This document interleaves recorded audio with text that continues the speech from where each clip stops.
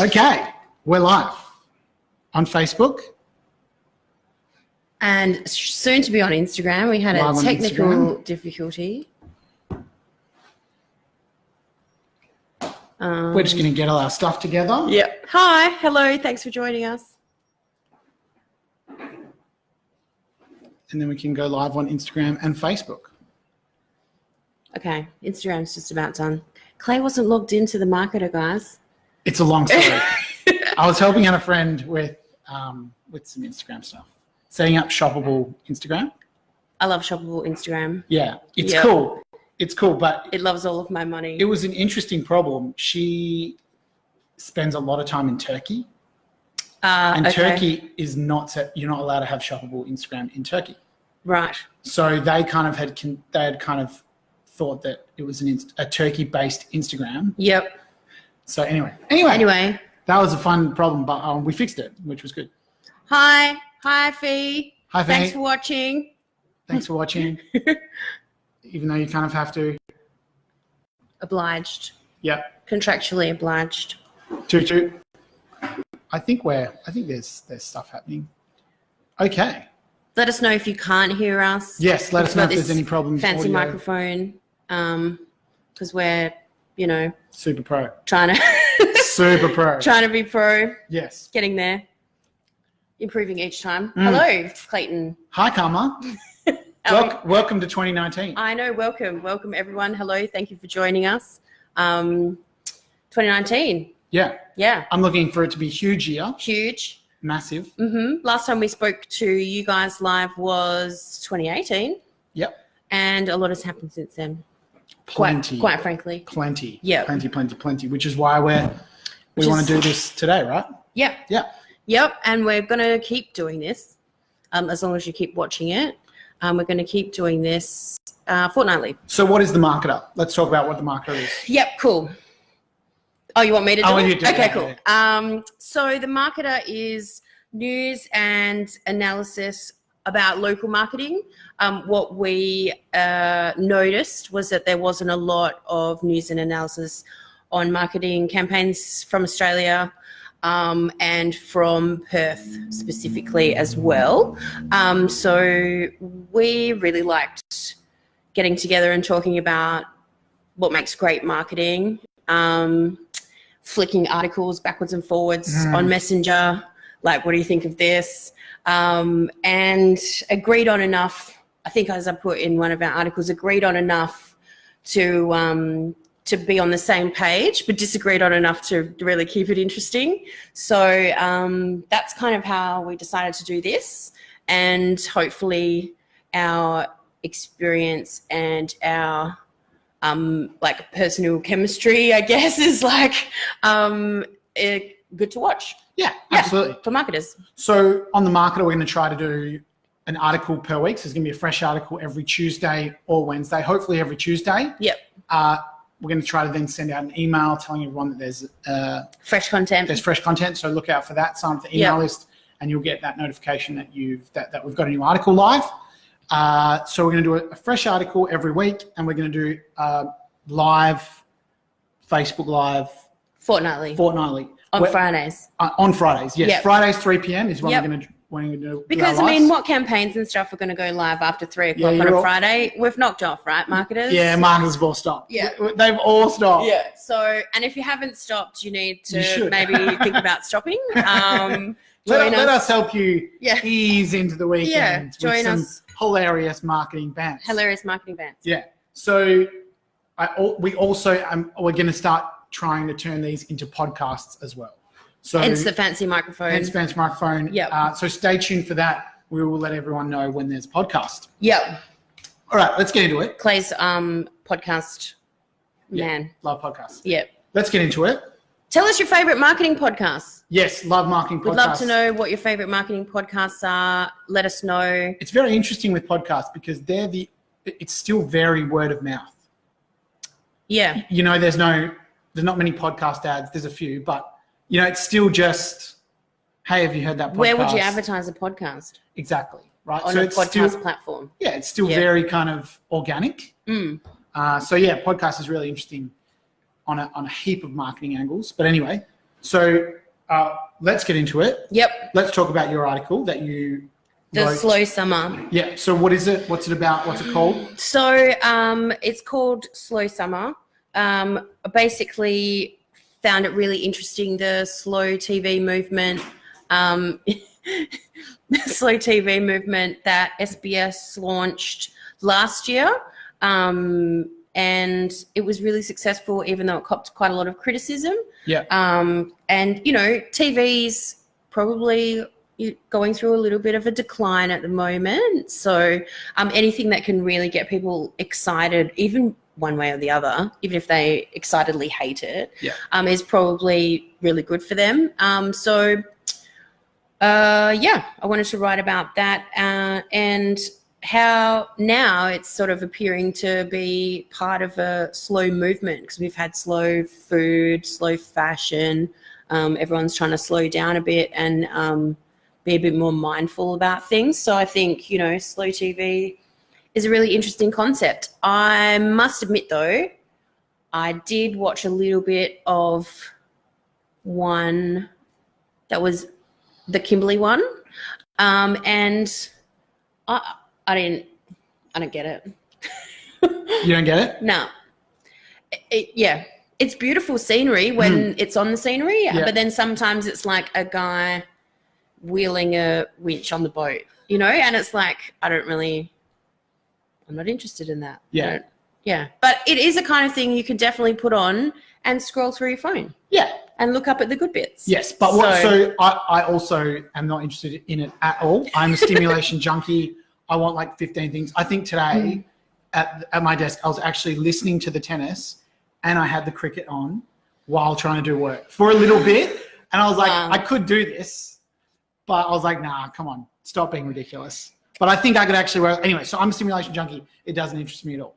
But what we do want to talk about is the marketing of the Slow Summer. Yeah. So you thought it was good marketing? Yeah, I really I was served an ad on Instagram that I really enjoyed. Yep. I think that, I liken it to those massive slime accounts. If you're into I follow a couple. If you're into those kind of tactile, slow videos, or kinetic sand when they're cutting the sand, that's another one.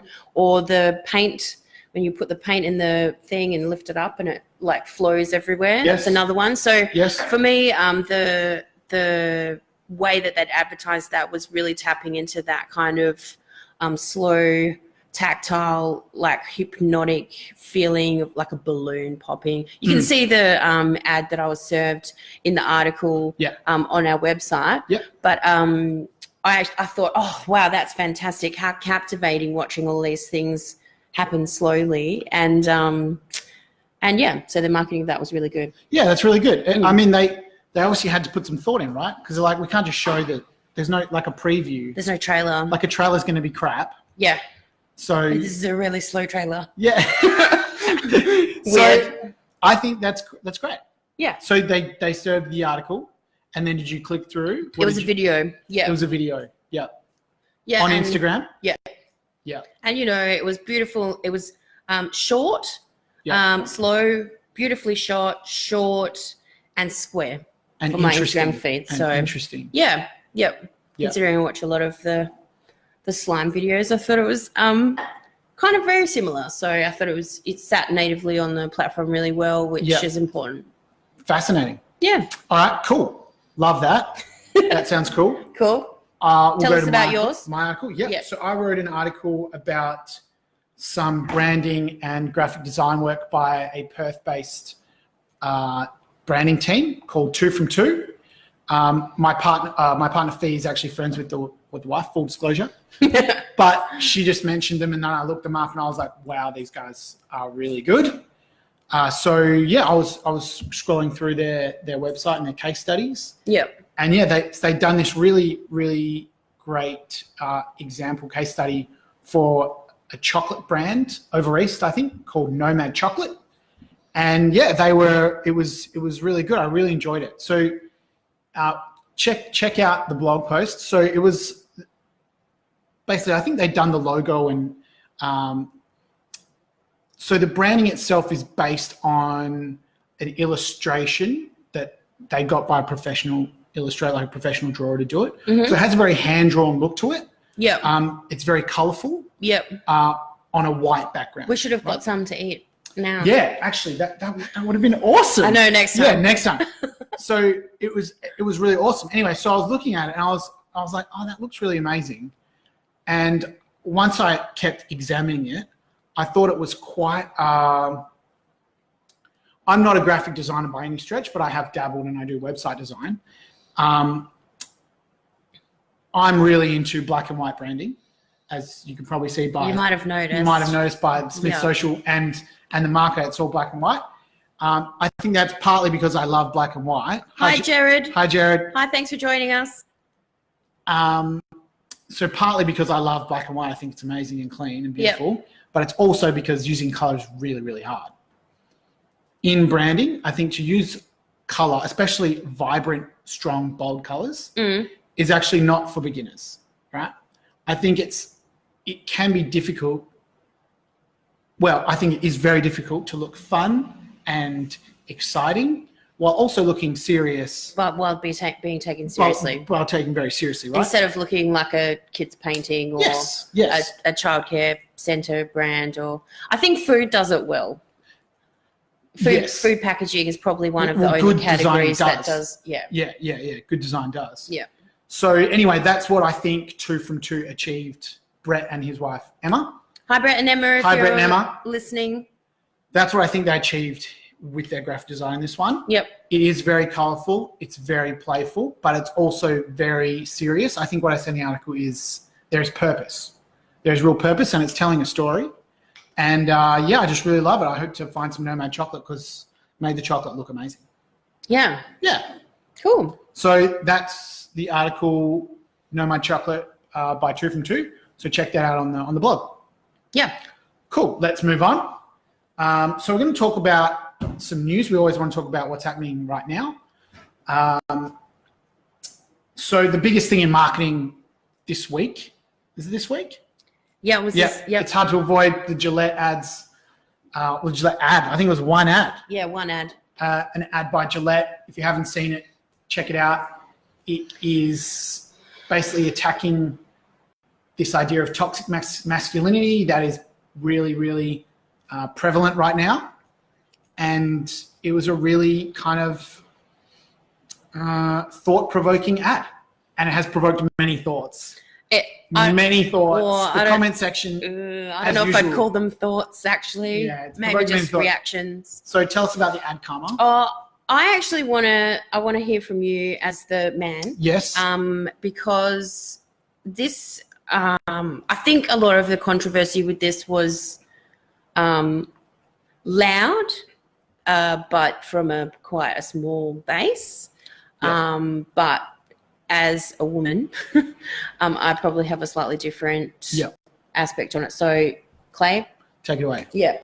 So I'll sum up the ad a little bit for anyone who hasn't seen it. If you haven't seen it, wow. Check it out. So it's kind of it's a montage, and it's boys and men in certain situations. Yeah. And the idea that boys will be boys, and it's kind of trying to say that that's not good enough. And the boys will be boys. As an attitude isn't an excuse for bad behaviour. Yeah. So there's footage of men being sexist, bullies, but there's also included in that footage are portrayals of men stopping that behaviour from happening in front of them. Yeah. So there's, when the bullying happens, a man comes over and separates the two boys who are fighting and that kind of thing. So I think it's quite balanced as a portrayal of men. Yeah. Because I'm not a men's rights activist. Because they didn't see it as balanced at all. Yes, there's a lot. So there's a lot of haters. So I thought it was a great ad. I thought it was quite balanced. I didn't think it was too negative and portraying all men as terrible and that they need to be wiped off the face of the earth. It was saying that these are things that men do and boys do, and this is how we approach those situations. We have approached those situations in the past, and that we don't and shouldn't do it in the future. These are ways of behaving that harm men, that men do to men. As well as what they do to women. As well as, yeah, but I think it was predominantly, it was bullying men. And the fighting were more prominent. Yeah, there was only the one right. Yes, you're right. catcall situation. Yes. So I don't think it was even focused on that. So to focus on that one, like, was probably 2 seconds of footage. Yeah. Is interesting, but yeah. Again, I don't have an agenda to push, so I'm not looking for the trigger. Yes. But, yeah, I think it's highlighting how men can be better. Yeah. For their own health and betterment. Yeah. So that's what the ad tries to do. Yeah. We think, and I think it was amazing. Karma also. What do you think? Yeah, I think it was great. You thought it was great. Okay. Yeah.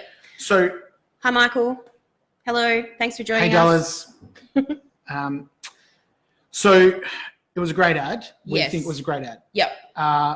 There was bad reaction by a lot of people. And look, anytime you're on the line, which I think this is on a controversial-ish line, I know we both think it shouldn't be.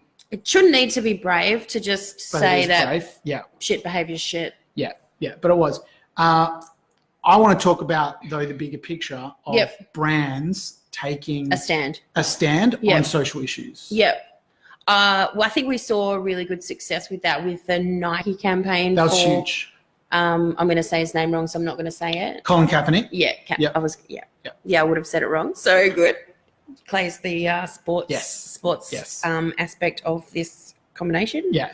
I think they saw an upturn in their sales after that campaign, and they really knew who their base was. And I think similarly in Gillette's case, it's a massive company, Procter & Gamble. They're not going to go broke anytime soon. So that whole get woke, go broke hashtag that the men's rights activists are using. So I didn't actually see this. Very interesting. I read a lot of comment sections, probably too many. Yeah, I stopped. Yeah. I didn't go into YouTube, though. That's where the worst of it was. I think that they must have had a directive from their leader, whoever that might be. Go to YouTube. And kill the comments because they're, I stayed away from that. But most of what I saw was positive. Into the Instagram. There you go. Yep. Most of what I saw was positive. But the get woke, go broke, I assume was a theme across the Nike thing as well. Sure.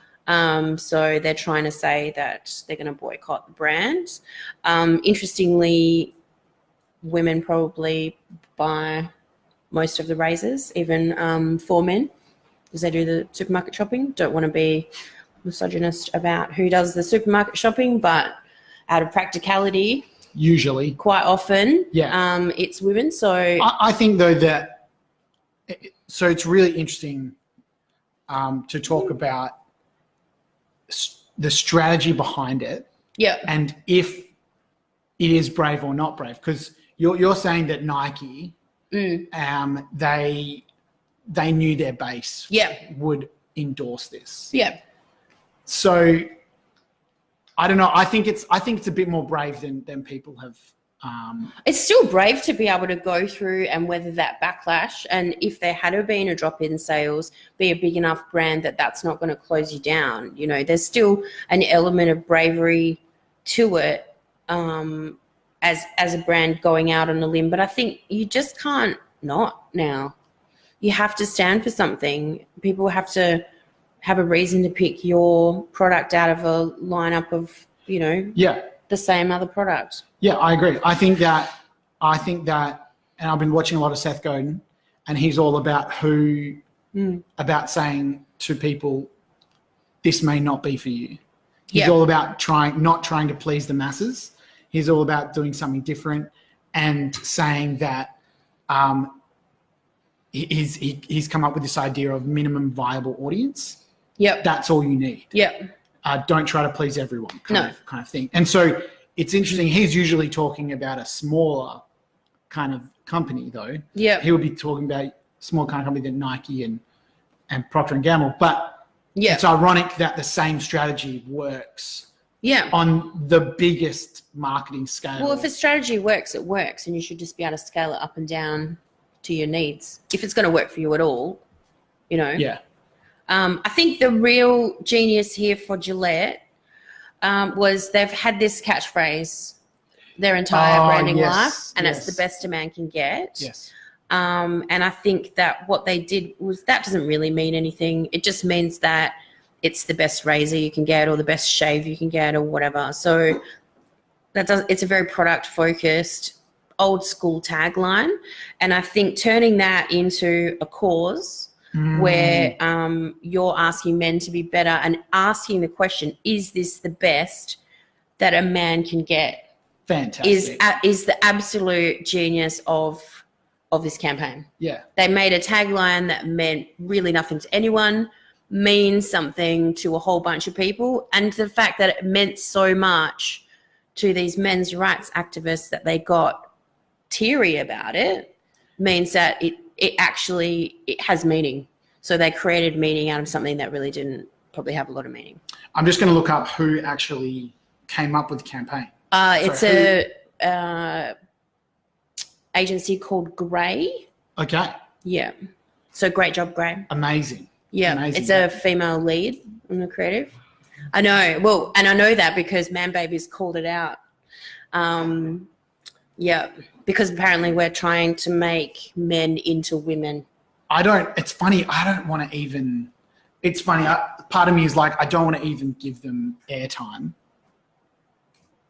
Jared. Hi, Jared. Thanks for your comment there. Jared has said, interesting point on brands taking bravery in these topics, taking their tail in it so there can be great discussions that come from it.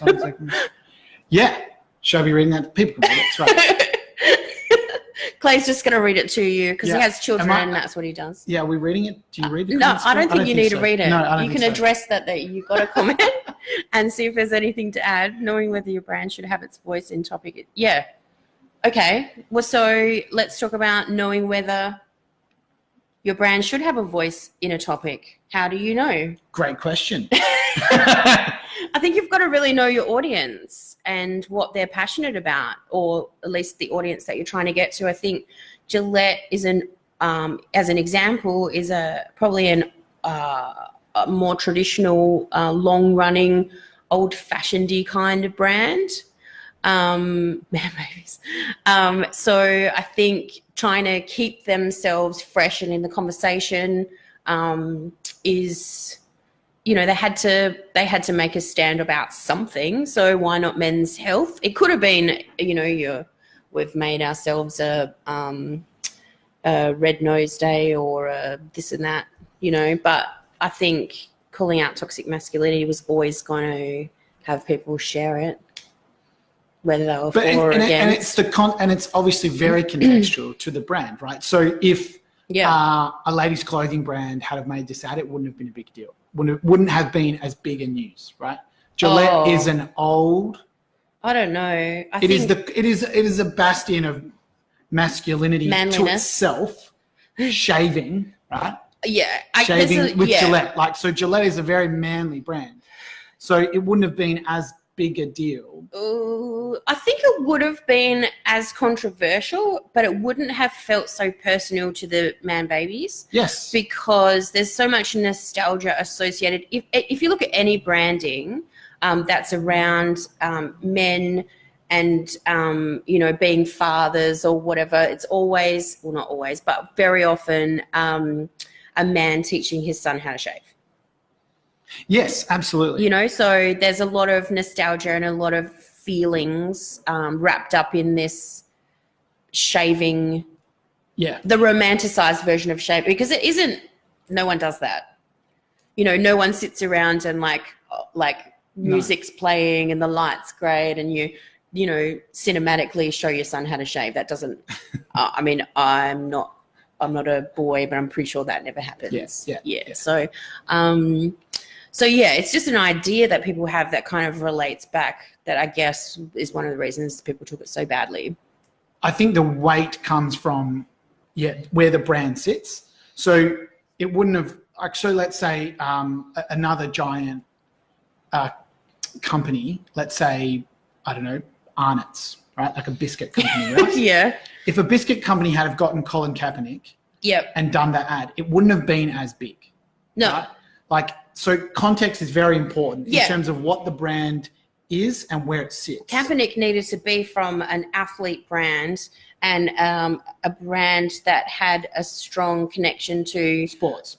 Well, sports and also ethnicity and identity and patriotism and that kind of, and competing at an elite level for your country. Yeah. Even if it's a World Cup just against your own country. Yeah. You mean the World Series? Sure. Yeah. Sports. Why am I talking about sports? I should not talk about sports. You should. Because I don't know anything about sports. Sports. Yeah. Yes. But contextually, it makes sense. I think if you are trying to reach a younger audience than you historically have had because you're an older brand or your audience is dying out for some reason, or literally dying out, taking a stand on something that means something to them can really work for you. But you've got to be prepared for the backlash. Like they would have, some pretty hefty social listening, sentiment analysis. Yeah, and there'll be sections, teams of people moderating comments. There would be huge sections of their markets that sales would have gone down. So like in certain sections, like I probably wouldn't say huge, but it might have had an effect. There might have been whole states in America where the sales went down. Potentially. But it went up more in other states. Yeah. Or which is so good, because that I think is essence to building a brand. When you start saying and you get tighter on, as Seth Godin would say, people like us buy things like this, and people like us do things like this. Right? So they put their identity onto it. This is what I believe. You attach more into the brand identity. Yeah. And if that gets tighter and stronger, then that's a good thing. Yeah. You would rather sell more in the states you sold more in and less in the states you sold more in. Yeah. It's better brand building, it's better business building. Yeah. You've got more loyalty, lifetime kind of all that stuff. Lifetime customer value, etc. Okay, that's probably enough. Yeah, that's heaps. We've thrashed that. Yeah, thrashed that today. So that's Gillett. All right. Tick. What's next? I would like to talk about a podcast that I found. Okay. As we talked about, I love podcasts. Holler at me if you love podcasts. Yeah, tell us your favorite marketing podcast. Tell me your favorite, or any podcast. Or any podcast. Just tell me, Jared, what are you listening to? Jared, what are you listening to? Yeah. Tell us, Jared. And Delaney as well. Michael, what are you listening to? Don't be shy. So I found a podcast by Seek. Yep. This is the job hunt website that we all know and love. Yep. They have released, I'm just going to bring it up now just to make sure. Do you want to tell people what we're doing here? What we're doing here? So the idea is, I don't know what he's going to talk about. Yeah. So, I don't think we need to talk about that. Oh. Yeah. Okay. Nah, don't worry about it. Anyway, not scripted. Unscripted. Live. Okay, so we've got my unfiltered thoughts on this podcast by Seek.com. Yeah, so Seek is the job seek website that everyone knows and loves. Mm-hmm. Probably the biggest out there. It would be the biggest in Australia. What if LinkedIn bought Seek? That would be smart. Anyway, so it's featuring a Triple J presenter, a previous Triple J presenter called Kyron. I can't even find his last name right now. We're going to get better at this. Yeah. We're going to get better at this. Yeah, we'll be more prepared. I feel like And also maybe we'll get Clayton in on the live on Instagram. Oh, yes. Yes, I keep totally going not out. there. It's just half of me and then none of you. Current Seek podcast. Okay, so Kyron Wheatley. I was going to say that. Well, why didn't you? Because I wasn't sure. Well, I haven't read the thing. You didn't send it to me. So I don't know. I can't remember how I came across this podcast. It might have been from a Facebook ad, but that's interesting in itself. It's 4 episodes. Right. And so far, or just in total ever? I think it's in total. Okay. Right? So they made them as content. Well, yeah. So it's 4 episodes, and it's Kyron Wheatley, and he is searching for a new job. Because he doesn't work at Triple J anymore. Yeah, because he got fired from Triple J, had to leave Triple J, and has basically been, I don't know, he got moved on, whatever you want to call it. I don't know. Are we like slandering him now? No. He just had to leave Triple J. He left of his own accord. No, not of his own accord. No, he had to leave. Okay. That's what I'm saying. Why? I'm just trying to. I told you. He's leaving. He had to leave Triple J. Okay. Okay. So hi, Alana. Hi, Alana. So he had to leave Triple J, right? Yep. And he didn't have another job to go to. The podcast is him going through this kind of journey of self-discovery to find a new job. Okay. Or even think about finding a new job. Yep. 4 episodes long, really, really great. I really enjoyed it. Okay. So firstly, about the podcast itself, he goes through and he talks to a psychiatrist and a job specialist and his mum, and he gets into some quite in-depth personal discovery. He's reevaluating his choices. Yeah, because so for him in the podcast, Triple J was the pinnacle. It was all he ever wanted to be. Was be from on Triple J. Yeah. And so now he had to leave Triple J. I think for a year or 2 or 3, he's actually been screwing around trying to figure out what the hell to do. Right. So anyway, it's really well done. Mm-hmm. You can tell that it's done by a professional storyteller and a professional journalist, which is what Karen is. Yeah. So what are your thoughts on that kind of movement by a brand? I'd be interested to know how they knew he was looking for a job. Well, not how they knew, because obviously they have data on everyone that uses their platform, but how they realized that he would have a story to tell. I guess him being high profile enough meant that it would be worth the call and just say, hey, how's your job hunt going? Maybe we can use you in some content. Yeah, like maybe he's been putting on his social media and someone's following him and they said, hey, maybe we could get him to do a series or something. He's trying to find himself. Yeah, it's probably quite relatable to like a young adult, like youth radio station audience. Yep. So I think if it's ongoing, I think it's cool. If it's 4 pieces as like a branded chunk of content, it's less cool. Of course, I agree. But I think, like what platform was it on? What podcast platform? I was listening on Apple Podcasts. Okay. So it's highly accessible. Mm-hmm. It's not like, it's hidden somewhere in the bowels of Seek's website. Yep. So I think, you might relate to it and I don't know that it would necessarily make you want to check out Seek, but maybe you relate to the journey and think, I really need to reevaluate my decisions as well. So potentially I'll go on Seek and have a look. I don't know So there are ads for Seek. Yeah. He does do ads for Seek. Oh, okay. Did he do that before? I don't know. Yeah. Okay. I don't know. But they're his ad, like he's saying the ad. It's not like a little chunk. So it's what I would call native advertising. Yeah.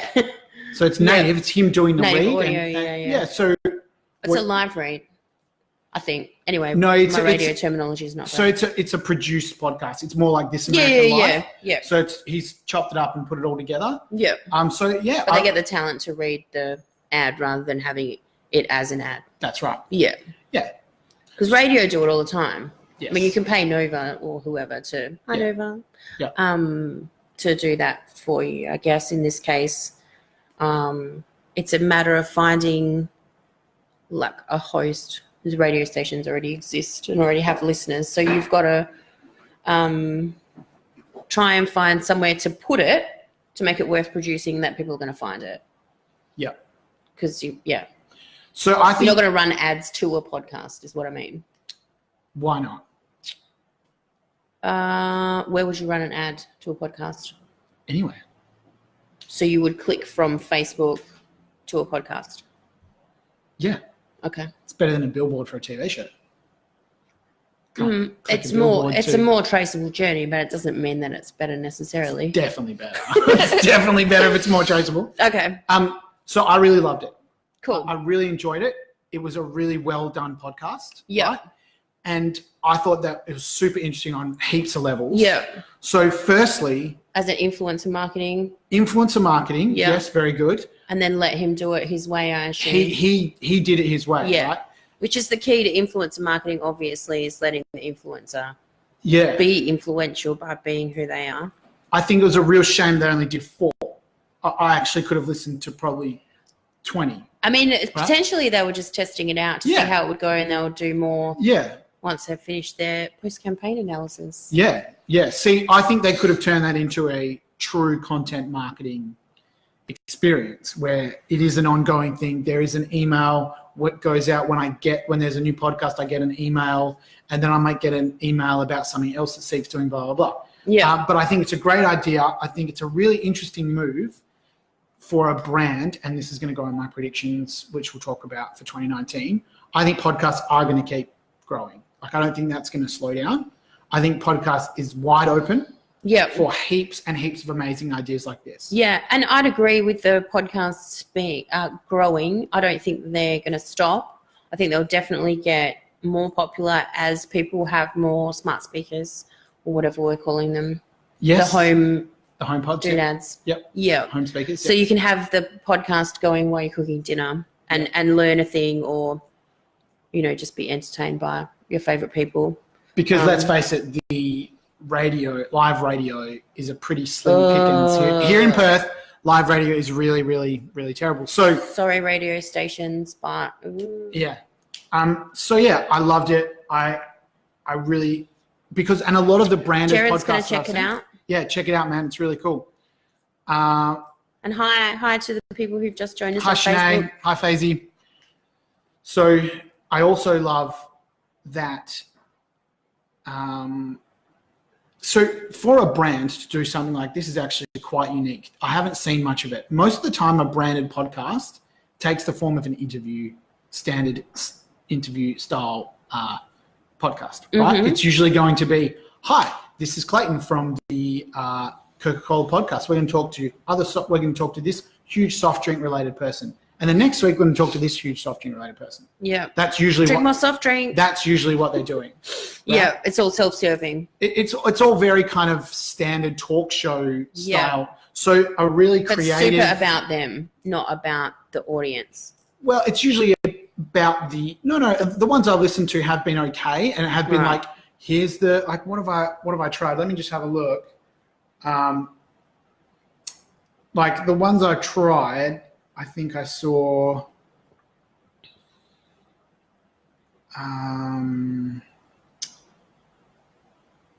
what is it?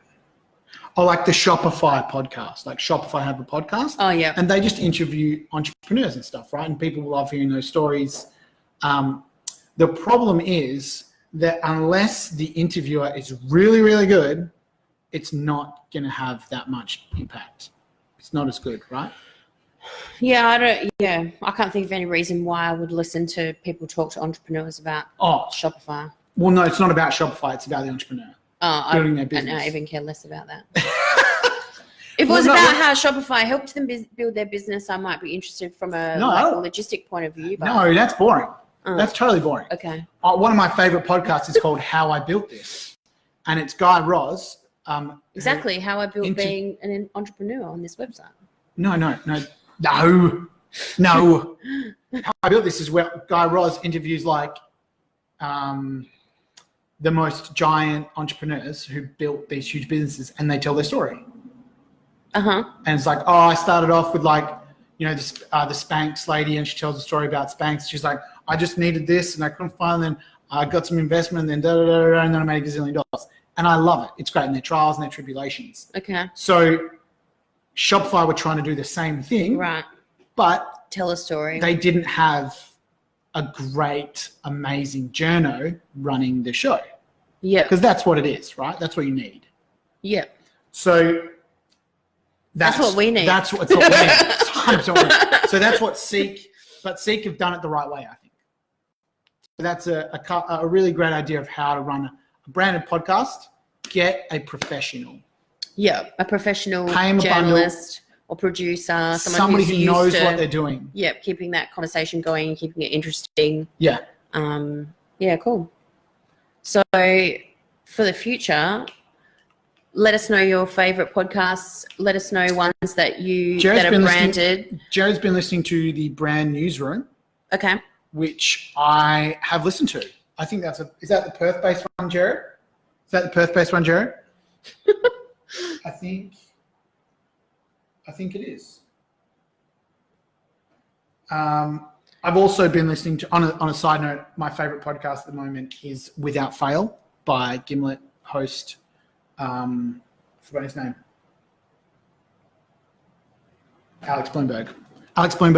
Anyway, we'll talk about more podcasts later. That's enough podcast for now. Yep, enough podcast for now. Do you want to do another piece of news? I'd like to talk about the 10-year challenge or the 9-year challenge or whatever it's called. 10-year challenge? 10-year challenge. Mm-hmm. There's a lot of 10-year challenges. What is it? Oh, okay. So if you haven't seen the 10-year challenge, it is... If you've seen it and you have no idea what the hell's going on. Yeah, you put a photo of you 10 years ago and side by side with the photo of you now. And hashtag 10-year challenge. On Facebook or Instagram. Yeah, Facebook or Instagram. Instagram, I've seen it mainly done as a... swipe? As a carousel. How did it start? From BuzzFeed, the same way all good trends start. I mean, the power of like memes that they have. The power of the buzz, yeah. Yeah, buzz power. Yeah. So, BuzzFeed. So, you would have seen this on your feed. You would have seen one of your friends has done it at least. Probably many of them. Brands have jumped in. So, Channel 9, for example, did their logo 10 years ago and then now. Yeah. Not a lot's changed there. Just spoiler alert. Their logo looks the same. Channel 10's is slightly different, but that's another story. And then all of the reports started coming out that this was engineered by Facebook to train their facial recognition software to be able to more accurately detect and predict aging in people. Because even though it had all of your photos from forever anyway, and it didn't really need the extra data points, this was you definitely stating that it was 10 years ago, and so that 10 year of aging could be more accurately mapped across a large. So that's the conspiracy. Yeah, that's the conspiracy. What did you want to talk about specifically? Did you do the 10-year challenge? I personally did not. Neither did I. Did you see a lot of it? Saw heaps. Yeah. And what do you think people get out of it? I don't know. People like looking at old photos and going like, oh, how funny I looked 10 years ago. Yeah. So I think really I don't buy into the conspiracy that it was Facebook. Facebook actually made a statement saying that it was a BuzzFeed thing and it's just an example of how much people just really enjoy their platform, which I thought was cute. Obviously they're going to use the data because why would they not? But I don't think that they manufactured this meme. But hey, the really great thing about it, I think from Facebook's perspective especially, would be that they've been trying really hard to get people to post content because people don't post on Facebook anymore. You tag each other in stuff.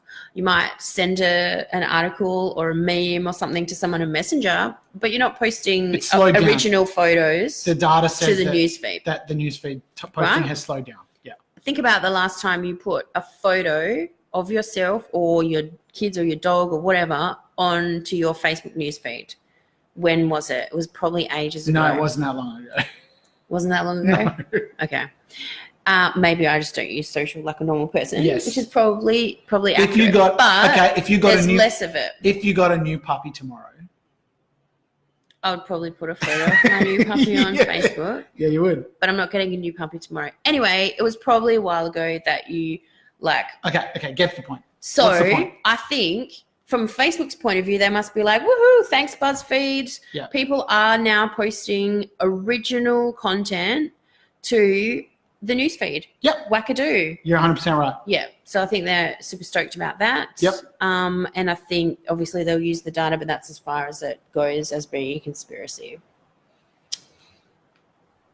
Thoughts? Do you want to know what I think? Yeah. Okay. So I agree with you. I think. Don't you guys want to know what Clay thinks? So I agree with you. I think that the conspiracy is garbage. Yeah. Right. It's a load of hooey, right? Yep. Facebook knows everything about you. They Busted. They can see the exact date that you posted the photo. Yeah. They don't need. Oh, the counterclaim to that was Sometimes but the photo might not have been taken at that date. Garbage. Facebook doesn't need it. It's completely garbage. You would think that they would have enough. They've got enough, data. right? They can see you age over an entire year. They've got access to your photos on your phone. You don't even need to have posted it, right? Exactly. Yeah. Exactly. So yeah. Weird. So fun trend, not a Facebook conspiracy. Yeah. Great job, BuzzFeed. Great job, BuzzFeed. Hope everyone else. Hope you enjoyed the trend. Yeah. I thought it was fun and lighthearted, and nobody got hurt. No. So relax. Some eyebrows were grown. Yeah. That's one of the funniest comments I've seen is looking at the 10-year challenge. I found my eyebrows because 10 years ago, eyebrows were not in fashion. I did see a lot of, I think I follow some political pages and activism kind of pages, and there was, the Great Barrier Reef's 10-year journey was like bad. Yeah. Good hijacking there. Yeah. The ice caps. Ice polar caps, 10 years have been not good. Syria. Oh, one I did see Yemen. though was Chappelle Colby. Oh, I didn't look at that one. It said something like Chappelle Colby has won the 10-year challenge, and I was like, it was a rough trot. It's been a rough trot, and it was like her in jail, and now she's not. So. Oh, is that all? Well, she went, but she was most of that years in jail. Yeah. Yeah. She was in jail for ages. Yes. Really long time. Anyway, so that's the 10-year challenge. Yeah. Great. That was a fun trend. Yeah. All right. So we've been going a long time. I think we need to wrap this. Cool. So thanks so much for joining in, everybody. That was great fun. Thanks to everyone who's watching. We had fun. Hope you did. At a later date. Thank you for watching on Instagram. And thanks for listening to the podcast, because this is going to be a podcast. It will be. I'm making it a podcast. Woo! And whoever edits that sound is going to hate me for the volume. Okay, cool. So tune in 2 weeks' time. We'll do this all again. Yep. We'll be more structured. Subscribe. Probably. Might know what we're talking about next time. Subscribe to the Marketer podcast. Subscribe to our newsletter so you can get our once a week articles fresh in your inbox. Oh, wait, before we wrap up. Oh, yes. I'm halfway through putting together the 2019 trend predictions that you guys have been sending through. We love them all so far. So if you still want to be included, the article will go live on Tuesday. Yep. So you need to get them to us before Tuesday. Otherwise, I won't have time to put them on the site. It doesn't have to be about marketing as a whole. It can be just about one single marketing thing. I think people are going to do more of this. I think people are going to do less of this. Whatever you want to do, we want to hear about it. Yeah. Yep. We've got a really diverse mix so far, so don't be afraid that you don't have the latest tech included in your prediction, because not everyone's going to use the latest tech in their things. Yeah. Cool. Great. All right. Signing off. Thanks so much. Bye. Bye from us. Bye. Talk to you soon.